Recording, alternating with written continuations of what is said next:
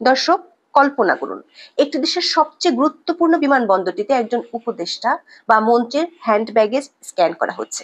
হঠাৎ স্ক্যানারে ধরা পড়ে একটি বিশাল ধাতব বস্তু। সেটি আর কিছু নয়, একটি গুলি ভর্তি ম্যাগাজিন। এরপর যা ঘটলো তা কেবল বিস্ময়করই নয়, দেশের নিরাপত্তা এবং গণমাধ্যমের স্বাধীনতা নিয়েও তুলছে মারাত্মক প্রশ্ন। বলছি, বাংলাদেশ অন্তর্বর্তী সরকার উপদেষ্টা আসিফ মাহমুদকে ঘিরে ঘটে যাওয়া এক চাঞ্চল্যকর ঘটনা, যা দেশ জুড়ে তোলপাড় ফেলে দিয়েছে এবং অনেক অনুলেখিত প্রশ্নের জন্ম দিয়েছে। উপদেষ্টা আসিফ মাহমুদ অবশ্য নিজের ফেসবুক পোস্টে দাবি করেছেন, নিরাপত্তার স্বার্থে তার বৈধ আগ্নেয়াস্ত্র আছে। ভুলবশত সেই অস্ত্রের একটি ম্যাগাজিন তিনি এয়ারপোর্টে নিয়ে গিয়েছিলেন। কিন্তু আইন বলছে এই ধরনের কাজ শুধু দেশীয় নয়, আন্তর্জাতিক সিভিল এভিয়েশন আইনের সুস্পষ্ট লঙ্ঘন, যার শাস্তি কমপক্ষে 14 বছরের কারাদণ্ড। তাছাড়া উপদেষ্টা আসিফ মাহমুদের বয়স 27 বছর। বাংলাদেশ আর্মস অ্যাক্ট অনুযায়ী কোনো ব্যক্তি 30 বছরের নিচে হলে তিনি অস্ত্রের লাইসেন্স পান না। তাহলে উপদেষ্টা আসিফ মাহমুদ অস্ত্রের লাইসেন্স পেলেন কিভাবে? বিস্তারিত জানতে চলুন যাওয়া যাক বিশ্লেষণে।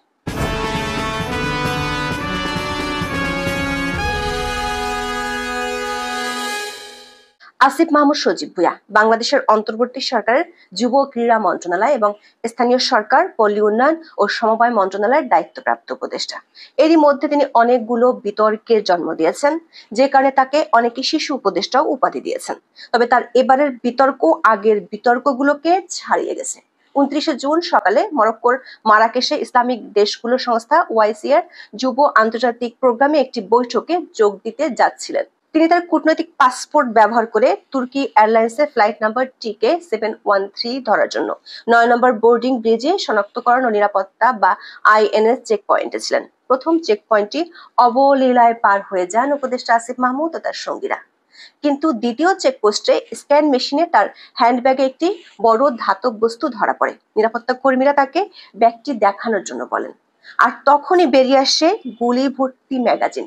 গুলি ভর্তি ম্যাগাজিন হলে তাকে বলে অ্যামিনিশন ম্যাগাজিন। তবে বিমানবন্দর সূত্রগুলো বলছে, ম্যাগাজিন পাওয়া গেলেও অস্ত্র ছিল না।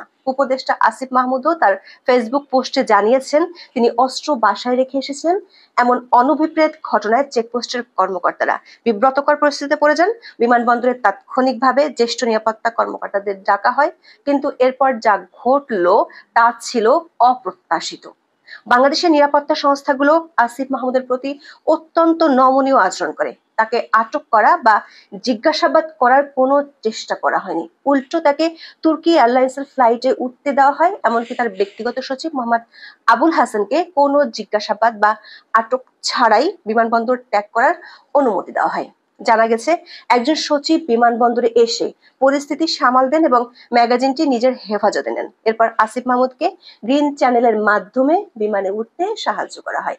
ম্যাগাজিনটি তার প্রোটোকল অফিসারের কাছে পাঠিয়ে দেওয়া হয়।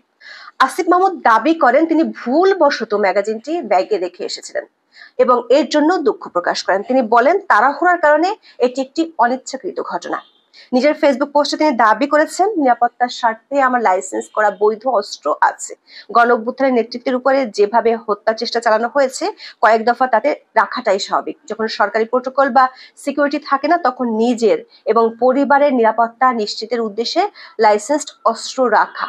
ভোরে প্যাকিং করার সময় অস্ত্রসহ একটা ম্যাগাজিন রেখে আসলেও ভুলবশত আরেকটি ম্যাগাজিন ব্যাগেই রয়ে যায়, যেটা স্ক্যানে আসার পর তিনি প্রোটোকল অফিসারের কাছে হস্তান্তর করেন। বিষয়টি সম্পূর্ণ আনইনটেনশনাল বলে দাবি করেন তিনি। কিন্তু এই ব্যাখ্যা কতটা বিশ্বাসযোগ্য? আসিফ মাহমুদ একজন সরকারি উপদেষ্টা, যিনি ছাত্র প্রতিনিধি হিসেবে দেশের ক্যাবিনেটে স্থান পেয়েছেন। তার জন্য সরকারি নিরাপত্তা প্রোটোকল থাকার কথা, অস্ত্র বহন করার কথা তাদের। তার ব্যাগে কেন ম্যাগাজিন থাকবে? আরো উদ্বেগজনক বিষয় হলো, আসিফ মাহমুদের হ্যান্ড ব্যাগেজ বিমানবন্দরে প্রবেশের সময় বা ভিআইপি এলাকায় ঢোকার আগে বাধ্যতামূলক চেকিং ও নিরাপত্তা প্রক্রিয়ার মধ্য দিয়ে যায়নি। এই ঘটনাটি নিরাপত্তা ব্যবস্থার কার্যকারিতা নিয়ে প্রশ্ন তুলেছে। এই ঘটনা কেবল একটি সাধারণ ভুল ছিল না, এটি একটি গুরুত্বপূর্ণ নিরাপত্তার লঙ্ঘন। দর্শক, 2019 সালের মার্চে অস্ত্র এবং গুলি ঘোষণা ছাড়া এয়ারপোর্টে নেয়ার জন্য আওয়ামী লীগের 2 জন নেতাকে গ্রেপ্তার করা হয়েছিল। সাধারণত ঢাকা শাহজালাল আন্তর্জাতিক বিমানবন্দরে যাত্রীদের আগ্নেয়াস্ত্র বহন করার অনুমতি নেই, তবে আইন প্রয়োগকারী সংস্থা এবং অনুমোদিত কর্মীরা নিতে পারেন। সেক্ষেত্রে তাদের টার্মিনালে ঢোকার আগেই বিমানবন্দরের নিরাপত্তা বিভাগের কাছে তাদের আগ্নেয়াস্ত্র ঘোষণা করা বাধ্যতামূলক। বিমানবন্দরের নিষিদ্ধ সামগ্রিক তালিকায় আগ্নেয়াস্ত্র এবং গোলাবারুদ স্পষ্টভাবে উল্লেখ করা হয়েছে। এসএসআই এর এয়ারক্রাফট রুল অনুযায়ী বিমান বা সামরিক সরঞ্জামের কার্যকারিতার জন্য প্রয়োজনীয় বিস্ফোরক বাদে অন্য কোনো অস্ত্র, গোলাবারুদ, বিস্ফোরক, সামরিক সরঞ্জাম বা অত্যন্ত ধার্য পদার্থ বিমানে বহন নিষিদ্ধ। এই নিষেধাজ্ঞা এমনকি যুদ্ধের গোলাবারুদ বা যুদ্ধের সরঞ্জাম পরিবহনের ক্ষেত্রেও প্রযোজ্য। আন্তর্জাতিক বেসামরিক বিমান চলাচল সংস্থা বা আইসিএও এর নিয়ম অনুযায়ী এটা মানতে বাধ্য। বৈধ লাইসেন্সধারী যাত্রীরা ঢাকা শাহজালাল আন্তর্জাতিক বিমানবন্দর দিয়ে তাদের আগ্নেয়াস্ত্র পরিবহন করতে পারেন, তবে বিমানবন্দরে ঢোকার আগে প্রবেশদ্বারে এবং চেক ইন কাউন্টারে এয়ারলাইনকে আগ্নেয়াস্ত্র ও গোলাবারুদ ঘোষণা করা বাধ্যতামূলক। যেহেতু উপদেষ্টা আসিফ মাহমুদ আগে থেকে ঘোষণা করেননি, তাই তিনি একসাথে দেশীয় আন্তর্জাতিক আইন লঙ্ঘন করেছেন। আন্তর্জাতিক সিভিল এভিয়েশন বা আইসিএও, বাংলাদেশের বেসামরিক বিমান চলাচল কর্তৃপক্ষ বা বেবিচক এবং আন্তর্জাতিক বিমান পরিবহন সংস্থা বা আইএটি এর বিপজ্জনক পণ্য বিধিমালা অনুযায়ী কেবিন ব্যাগেজে ম্যাগাজিন বহন করা নিষিদ্ধ। তবে যথাযথ ঘোষণা দিয়ে এবং লক করা প্যাকেজ প্যাকিং নীতি মেনে চেক ইন লাগেজে গুলি ও ম্যাগাজিন নেওয়া যায়। এছাড়া বাংলাদেশের স্বরাষ্ট্র মন্ত্রণালয় থেকে ইস্যুকৃত আগ্নেয়াস্ত্র ব্যবহার নীতিমালা অনুযায়ী আবেদনকারীকে কমপক্ষে ৩০ বছর বয়সী হতে হয় আগ্নেয়াস্ত্র ব্যবহারের অনুমতি পেতে, কিন্তু উপদেষ্টা আসিফ মাহমুদ সজীব ভুঁইয়ার বয়স ২৭ বছর, অর্থাৎ বৈধ আগ্নেয়াস্ত্র বহন করার আইন অনুযায়ী তার ন্যূনতম বয়স হয়নি। প্রশ্ন উঠেছে, তার কি আগ্নেয়াস্ত্র লাইসেন্স আছে?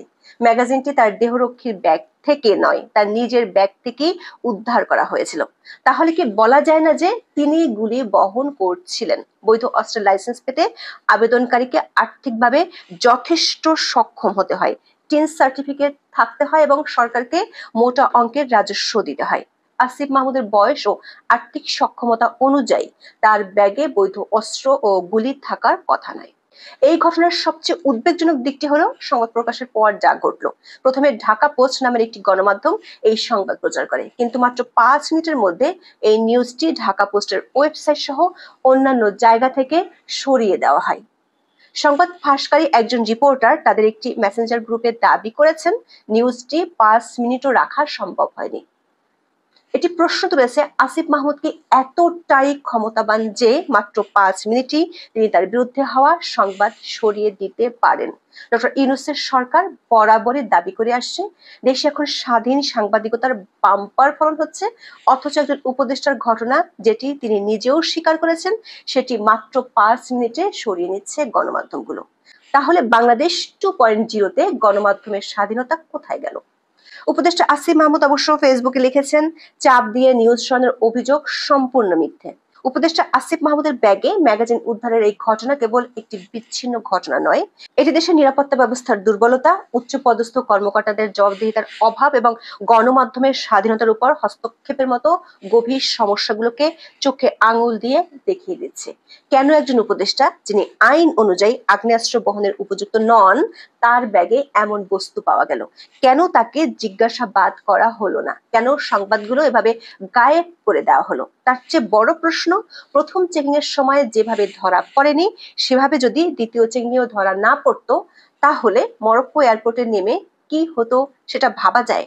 পৃথিবীর সব গণমাধ্যমে তখন যে সংবাদটি আসতো সেটি কিভাবে সরিয়ে ফেলা হতো? এখন এ পর্যন্ত। সবাই ভালো থাকুন, সুস্থ থাকুন, নিরাপদে থাকুন। দেখা হবে আগামী পর্বে।